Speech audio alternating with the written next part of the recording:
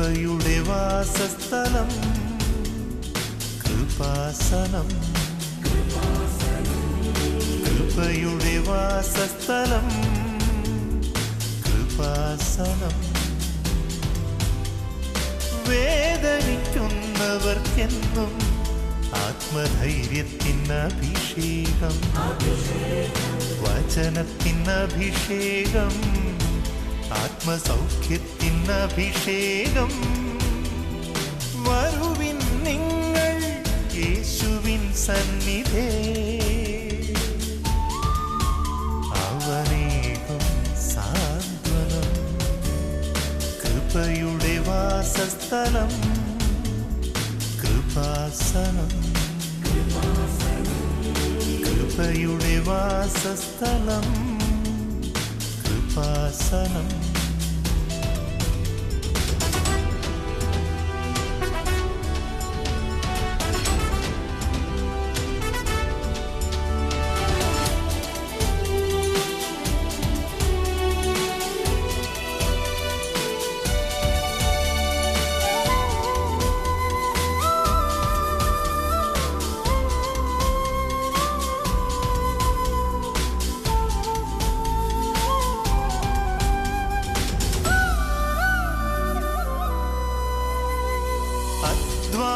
ഭാരത്താലേ തളരുന്ന സോദരേ, സഹനത്തിരമാലയിൽ പതറാതെ മുന്നേറിടാം.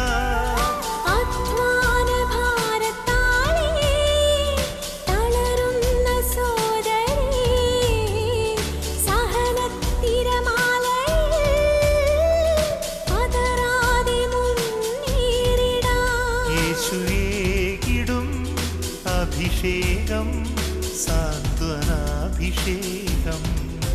യേശുവേകിടും അഭിഷേകം സാന്ത്വനാഭിഷേകം.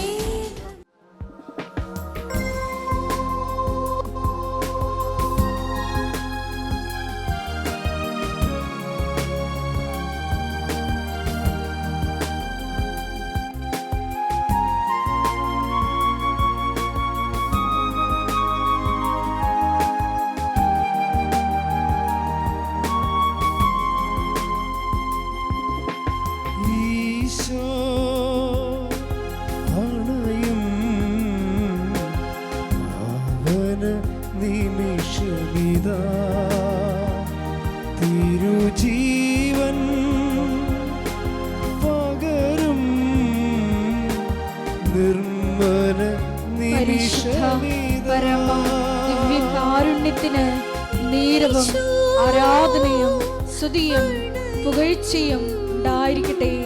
പരിശുദ്ധ പരമ ദിവ്യകാരുണ്യത്തിന് നീരവും ആരാധനയും സ്തുതിയും പുകഴ്ചയും ഉണ്ടായിരിക്കട്ടെ. പരിശുദ്ധ പരമ ദിവ്യകാരുണ്യത്തിന് നീരവും ആരാധനയും സ്തുതിയും പുകഴ്ചയും ഉണ്ടായിരിക്കട്ടെ. മനവീണകൾ നീട്ടിപ്പാടിട മമനാഥന സ്തുതി പാടിട. മനവീണകൾ നീട്ടിപ്പാടിട. കൈകൾ വീശി നാഥ വരേണമേ, എന്നിൽ നിറയണമേ. നാഥ വരേണമേ, എന്നിൽ നിറയണമേ. സ്തുതിക്കട്ടെ. ഹല്ലേലൂയ ഹല്ലേലൂയ. യേശുവേ ആരാധന ആരാധന. യേശുവേ മഹത്വം മഹത്വം. യേശുവേ ആരാധന. യേശുവേ മഹത്വം. ആരാധന ആരാധന. ഹല്ലേലൂയ ഹല്ലേലൂയ. യേശുവേ നന്ദി. യേശുവേ സ്തുതി. യേശുവേ ആരാധന. യേശുവേ മഹത്വം മഹത്വം. ആരാധന ആരാധന. ഹല്ലേലൂയ ഹല്ലേലൂയ ഹല്ലേലൂയ. യേശുവേ ആരാധന. യേശുവേ ആരാധന ആരാധന. ഹല്ലേലൂയ യേശുവേ ആരാധന.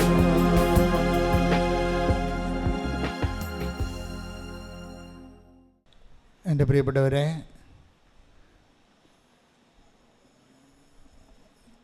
ദുരിതങ്ങളിൽ നമുക്ക് ആശ്വാസം നൽകുന്നത് കർത്താവിൻ്റെ വാഗ്ദാനമാണ്.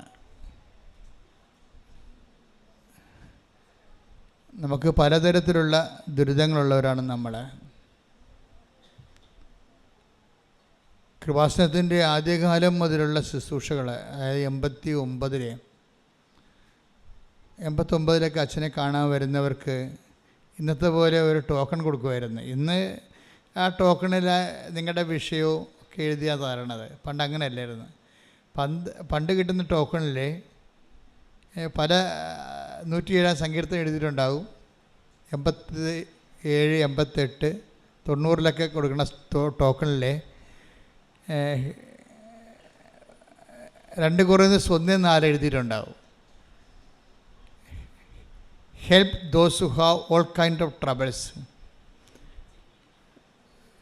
എല്ലാ തരത്തിലും ദുരിതം അനുഭവിക്കുന്നവരെ ആശ്വസിപ്പിക്കാൻ കർത്താവ് എനിക്ക് ഈ അഭിഷേകം തന്നപ്പോൾ 87 തന്നതാണ്. അതിൻ്റെ ഗ്രോത്ത് ഉണ്ടായിട്ടുണ്ട്. ഞാൻ ഈ ദിവസങ്ങളിൽ നമ്മുടെ റാലിയുമായി നമ്മൾ മാരാരിക്കുളം കടപ്പുറത്ത് എത്തിയപ്പോൾ ഞാൻ ആൾക്കാരെ നോക്കിയപ്പോൾ ഞാൻ ആപ്പാടെ വല്ലാത്തൊരു വിസ്മയത്തിലായി. കാര്യം ഞാൻ ആ പ്രദേശത്തായിരുന്നു ആദ്യ കാലങ്ങളിലൊക്കെ ജോലി ചെയ്തത്. കടലിലുള്ള ആൾക്കാരെയൊക്കെ വള്ളമെല്ലാം വെഞ്ചരിക്കും. ആയിരക്കണക്കിന് വള്ളങ്ങൾ കടലിലുണ്ടാകും. അവരെല്ലാം ഒരുമിച്ച് കൂട്ടണം കൺവെൻഷന് വേണ്ടി. ആ വെഞ്ചരിപ്പ് കഴിയുമ്പോൾ അവരുടെ ഭാര്യമാരും മക്കളും എല്ലാം കടപ്പുറത്ത് നിൽക്കും. എന്നിട്ട് ഞാൻ കടപ്പുറത്ത് വന്ന് കടലോരത്ത് വന്ന് കൺവെൻഷൻ നടത്തും. അപ്പോൾ 10,000 തൊട്ട് 1.5 ലക്ഷം വരെയുള്ള ആൾക്കാർ ഓരോ ദിവസവും 5 ദിവസത്തെ കൺവെൻഷന് കൂടിക്കൊണ്ടിരിക്കും. അതിനുശേഷമാണ് ഞാൻ 2000 ആയപ്പോൾ കർത്താവിനോട് പറഞ്ഞു അതിൻ്റെ ടൈം കഴിഞ്ഞു, സ്റ്റോപ്പ് ചെയ്യാൻ പറഞ്ഞു. അപ്പോൾ സ്റ്റോപ്പ് ചെയ്തിട്ട് പിന്നെ എന്ത് ചെയ്യണമെന്ന് എനിക്ക് അറിയാൻ പാടില്ല. അപ്പോൾ അന്ന് എൻ്റെ മനസ്സിൽ ഈശോ തന്നതാണ്, നീ ഇവിടെ അന്ന് 17 സെൻറ്റ് സ്ഥലം ഇവിടെ ഉണ്ടായിരുന്നു നമുക്ക്. അപ്പോൾ ഇവിടെ 8 കാറ്റാടി കമ്പ് വാങ്ങിച്ചിട്ട് 2 ടർപ്പോളം ഇട്ട് തുടങ്ങിയതാണ് ഇവിടെ ചെറിയൊരു ശുശ്രൂഷ 2000. എന്നിട്ട് 2004 ആയപ്പോൾ തന്നെ ശുശ്രൂഷ ദൈവം അംഗീകരിച്ചു. അതാണ് എൻ്റെ ഒരു ബലം. ഞാനിവിടെ വന്ന് തുടങ്ങുമ്പോൾ ഇവിടെ ബസ് സ്റ്റോപ്പും ഇല്ല. നമ്മുടെ ശുശ്രൂഷകരെല്ലാം കടലോരത്തുള്ളവരാണ് അന്നുണ്ടായിരുന്നത്. അവർക്കിവിടെ ബസ് നേരിട്ട് ഇങ്ങോട്ട് വരാൻ പറ്റത്തില്ലല്ലോ. തുമ്പോളി വന്നതിന് ശേഷം, തുമ്പോളി എന്ന് പറഞ്ഞ് 4 കിലോമീറ്റർ അകലെ ഒരു പള്ളിയുണ്ട്. അവിടെ വന്നതിന് ശേഷം കിഴക്ക് വന്ന് പിന്നെ തുമ്പോളി എന്ന് പറഞ്ഞ സ്റ്റോപ്പുണ്ട് നാഷണൽ ഹൈവേയിൽ.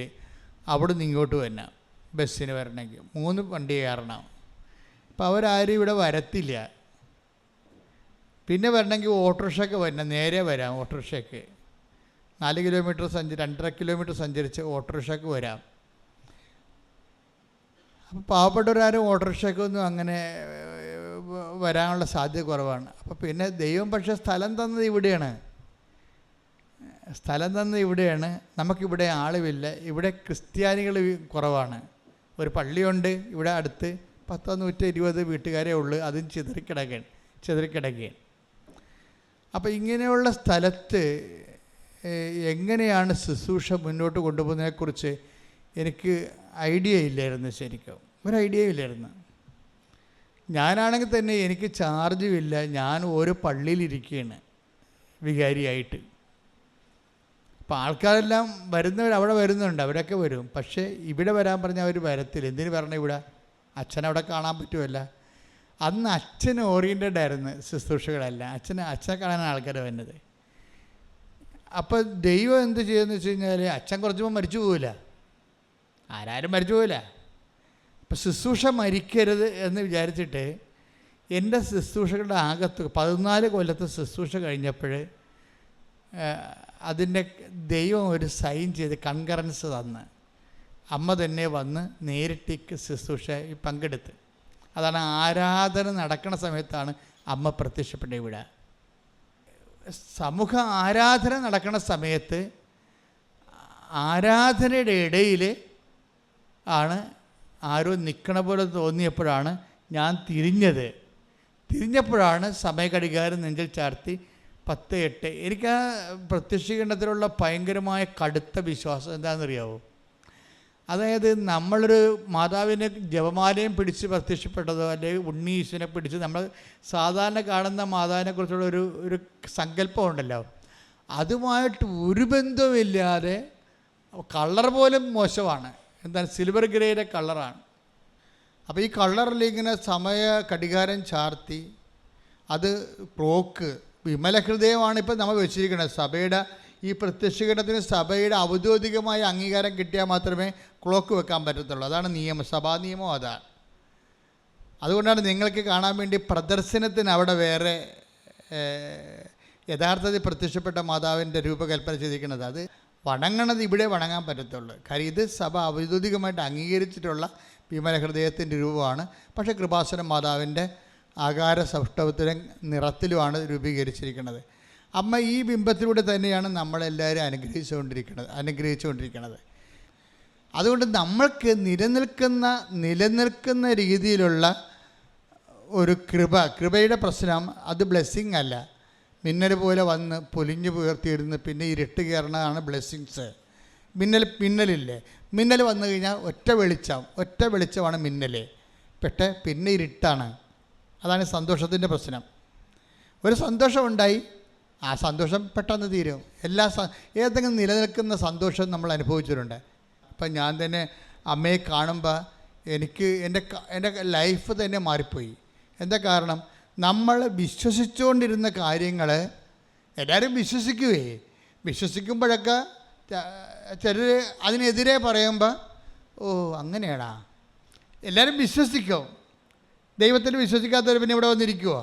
പക്ഷെ വിശ്വസിച്ചിട്ടിങ്ങനെ ജീവിച്ചാലും കുറച്ച് കഴിയുമ്പോൾ ഗതികേട് വരുമ്പോൾ ആൾക്കാർ പറയും അത് കാര്യമില്ല, ഞാൻ ഉടമ്പടി എടുത്ത് 2 പുതുക്കുകയാണ്, ഇപ്പം ഇങ്ങനെ ഗതികെട്ട് ജീവിക്കുകയാണ്. അങ്ങനെയാണല്ലോ, അത്രയല്ലേ ഉടമ്പടി. അപ്പോൾ പിന്നെ ഉഴപ്പും. കാര്യം എപ്പോഴും നമുക്ക് പണി കിട്ടിക്കൊണ്ടേയിരിക്കും. നമ്മുടെ വിശ്വാസങ്ങളെന്ന് പറയുമ്പോൾ എപ്പോഴും പരീക്ഷണത്തിന് വിധേയമാണ്. നമുക്ക് വിശ്വാസം ഡിസ്റ്റർബ് ചെയ്യാതെ ഒരു നോൺ ഡിസ്റ്റർബൻറ്റ് ഏരിയ വിശ്വാസത്തിന് ഒരിക്കലും ഉണ്ടാകത്തില്ല. കാര്യം നമ്മൾ വിശ്വസിക്കണമെന്ന് പറഞ്ഞാലും ദൈവം പറയും എനിക്ക് വിശ്വാസമില്ലെന്ന് പറയും. ഇതാണ് വിശ്വാസത്തിൻ്റെ ഒരു ഗതികേട്. ഞാൻ വിശ്വസിക്കണം എന്നൊക്കെ പറഞ്ഞാലും ദൈവം പറയും നീ ആ പറയണതിൽ എനിക്ക് വിശ്വാസമില്ലെന്ന് പറയും. അപ്പോൾ എന്താണ് വിശ്വാസമില്ലാത്തത്? എനിക്ക് നീ വിശ്വാസം ഉണ്ടായിട്ടല്ലേ ഞാൻ ഇത്രയും നാൾ നിൻ്റെ പുറകെ നടക്കണത്. അതൊക്കെ ശരിയാണ്. നിനക്ക് ടെസ്റ്റ് വന്നാൽ നീ അപ്പം തന്നെ നീ ഇട്ടച്ചും പോകുമെന്ന് പറയും. അതുകൊണ്ടാണ് അതിജീവിത വിശ്വാസം എന്ന് പറഞ്ഞ് വേറെ ഒരു കൗണ്ടർ ഓപ്പൺ ചെയ്ത് അതിജീവിത വിശ്വാസം. ഈ വിശ്വാസത്തിലുള്ളവരിൽ കുറച്ച് പേര് ദൈവം ടെസ്റ്റ് ചെയ്തിട്ട് അങ്ങോട്ട് മാറ്റും. അതിജീവിത വിശ്വാസം എന്ന് പറയും. Survived faith. Take the word of God. അതിജീവിക്കുക വിശ്വാസം. 1 പത്രോസ് 1:7. 1 പത്രോസ് 1:7. അഗ്നിശോധനയെ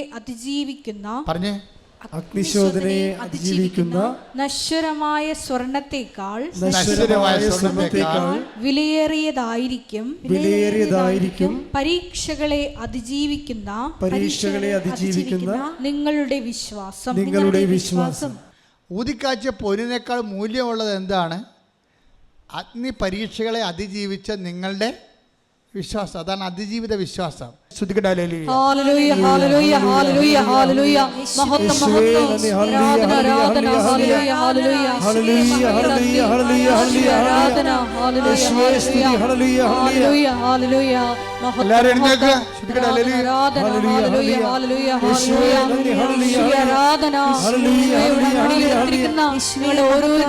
ഭവനങ്ങളിലേക്ക് സഞ്ചരിച്ചെത്തുന്ന പരിശുദ്ധ അമ്മയുടെ സാന്നിധ്യത്തിന് നന്ദി പറയുന്നു.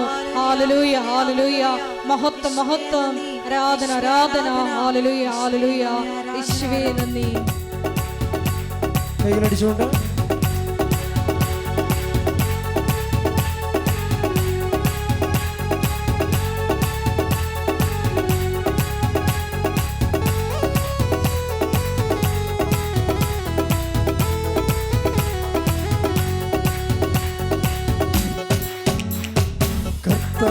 നിന്നെ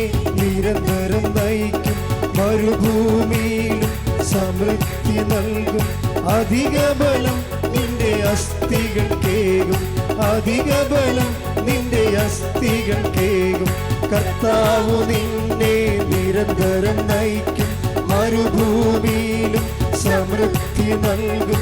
അധിക ബലം നിന്റെ അസ്ഥികൾ കേകും, അധിക ബലം നിന്റെ അസ്ഥികൾ കേകും. നനച്ചു വളർത്തിയ പൂന്തോട്ടം പോലെ, ഒരിക്കലും പറ്റാത്ത തേനരുവി പോലെ. നനച്ചു വളർത്തിയ പൂന്തോട്ടം പോലെ, ഒരിക്കലും പറ്റാത്ത തേനരുവി പോലെ. നീ ആയിത്തീരും, തേനരുവി പോലായിത്തീരും. ഉറക്കെ നീ ആയിത്തീരും, തേനരുവി പോലായിത്തീരും. കർത്താവ് നിന്നെ നിരന്തരം നയിക്കും, മരുഭൂമിയിലും സമൃദ്ധി നൽകും. അധിക ബലം നിന്റെ അസ്ഥികൾ കേകും, അധിക ബലം നിന്റെ അസ്ഥികൾ. സ്തുതിക്കട്ടെ. ഹല്ലേലൂയ, ഹല്ലേലൂയ, ഹല്ലേലൂയ, ഹല്ലേലൂയ, ഹല്ലേലൂയ. ആരാധന,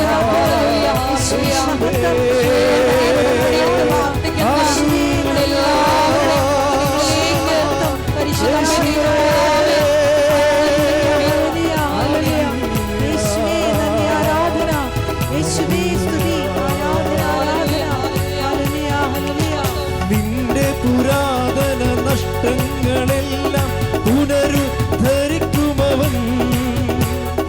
പുതുതായി പണിയും നിൻ വിരലുകളാൽ അനവധി തലമുറകൾ. നിന്റെ പുരാതന നഷ്ടങ്ങളെല്ലാം പുനരുദ്ധരിക്കുമവൻ. പുതുതായി പണിയും നിൻ വിരലുകളാൽ അനവധി തലമുറകൾ. നീയൊരു പുലരി വെളിച്ചം പോലെ പൊട്ടി വിരിഞ്ഞുയരും. നീയൊരു പുലരി വെളിച്ചം പോലെ പൊട്ടി വിരിഞ്ഞുയരും. കരങ്ങൾ ഉയർത്തിയടിച്ച്. കർത്താവ് നിന്നെ നിരന്തരം നയിക്കും, മരുഭൂമിയിലും സമൃദ്ധി നൽകും.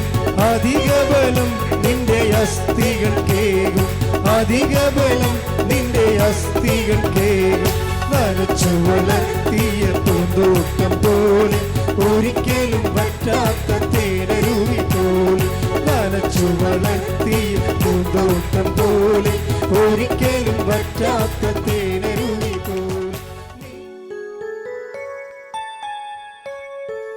ഇടത് കൈ നെഞ്ചിലും വലത് കൈ ശിരസിലും വെച്ചുകൊണ്ട് ശരീരം മുഴുവനായി ദൈവത്തിനെ ഏൽപ്പിച്ചുകൊണ്ട് ശരീരത്തിൻ്റെ അവസ്ഥകൾക്കെതിരെ നമുക്ക് ദൈവികമായ ശാസന പ്രാർത്ഥന ചൊല്ലാം. കർത്താവ് നിന്റെ ഉന്നതമായ നാമത്തിന് സ്വസ്ഥം ചെയ്യുന്ന കർത്താവ് നിന്റെ വിശുദ്ധ പൗരോഹിത്യത്തെ മഹത്വപ്പെടുത്തണമേ. കർത്താവ് സഭയിലുള്ള സാന്നിധ്യം പ്രകടമാക്കണമേ. 38 വർഷം ഞാൻ അർപ്പിച്ച കൃപാനയുടെ യോഗ്യതയാൽ കൃപാസ്ഥാനത്താറ് ജീവനോടെ പ്രത്യക്ഷപ്പെട്ട പരിശുദ്ധ അമ്മയുടെ മാധ്യസ്ഥത്താൽ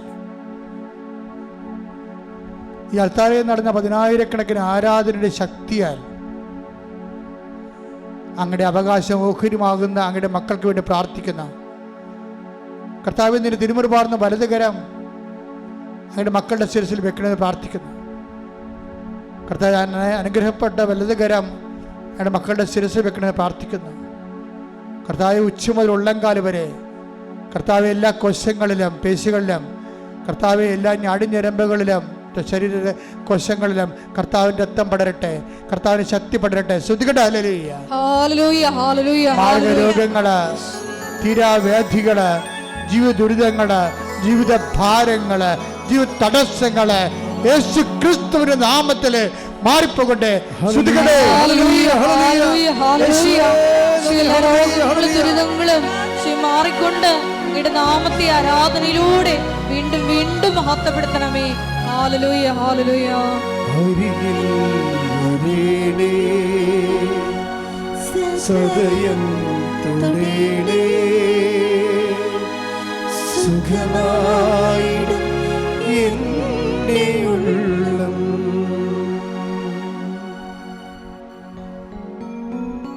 വ്യക്തിപരമായ ആവശ്യങ്ങൾക്ക് വേണ്ടി മൗനമായി കൃപാസന അൾത്താര ജീവനോടെ പ്രത്യക്ഷപ്പെട്ട ഈ അൾത്താരയിലും ആരാധനയിലും ഉടമ്പടിയിലും നിങ്ങളുടെ ആയിരിക്കുന്ന യേശുവിൻ്റെ അമ്മ അവിടെ ഉണ്ടായിരുന്നു, അവരുടെ കൂടെ ഉണ്ടായിരുന്നു എന്നുള്ള വലിയ ബോധ്യത്തിൽ മാതാവിനോട് ചേർന്നുകൊണ്ട് മധ്യസ്ഥം വഹിക്കട്ടെ.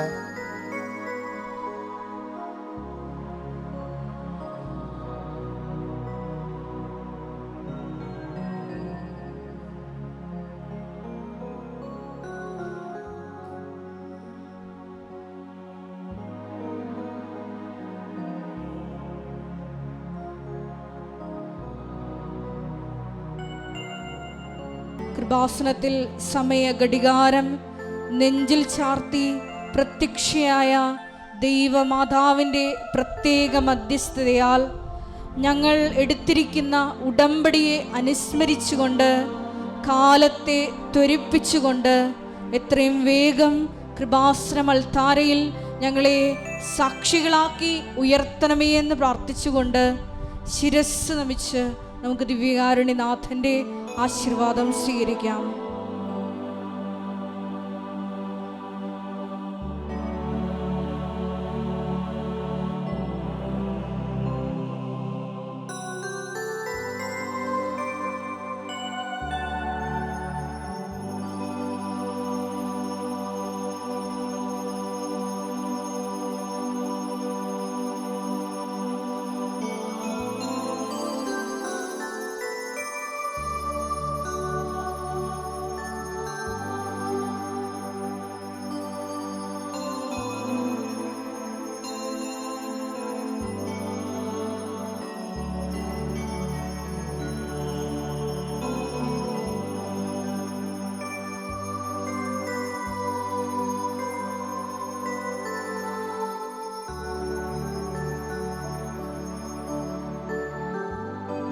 പരിശുദ്ധ പരമമാ ദിവ്യകാരുണ്യമേ, എന്നുമെന്നും അങ്ങേക്കാരാധന. പരിശുദ്ധ പരമമാ ദിവ്യകാരുണ്യമേ, എന്നുമെന്നും അങ്ങേക്കാരാധന. പരിശുദ്ധ പരമമാ ദിവ്യകാരുണ്യമേ,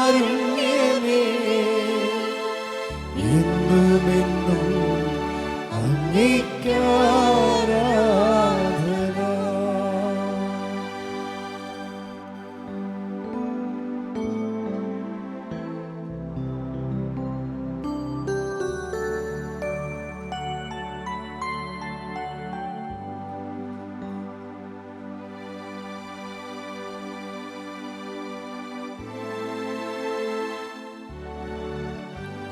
ആവേ ആവേ ആവേ മരിയ.